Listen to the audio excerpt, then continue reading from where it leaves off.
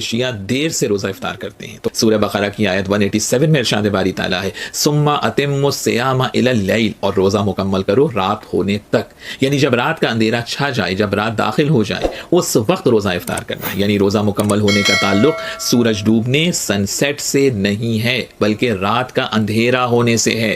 السلام علیکم ورحمۃ اللہ وبرکاتہ.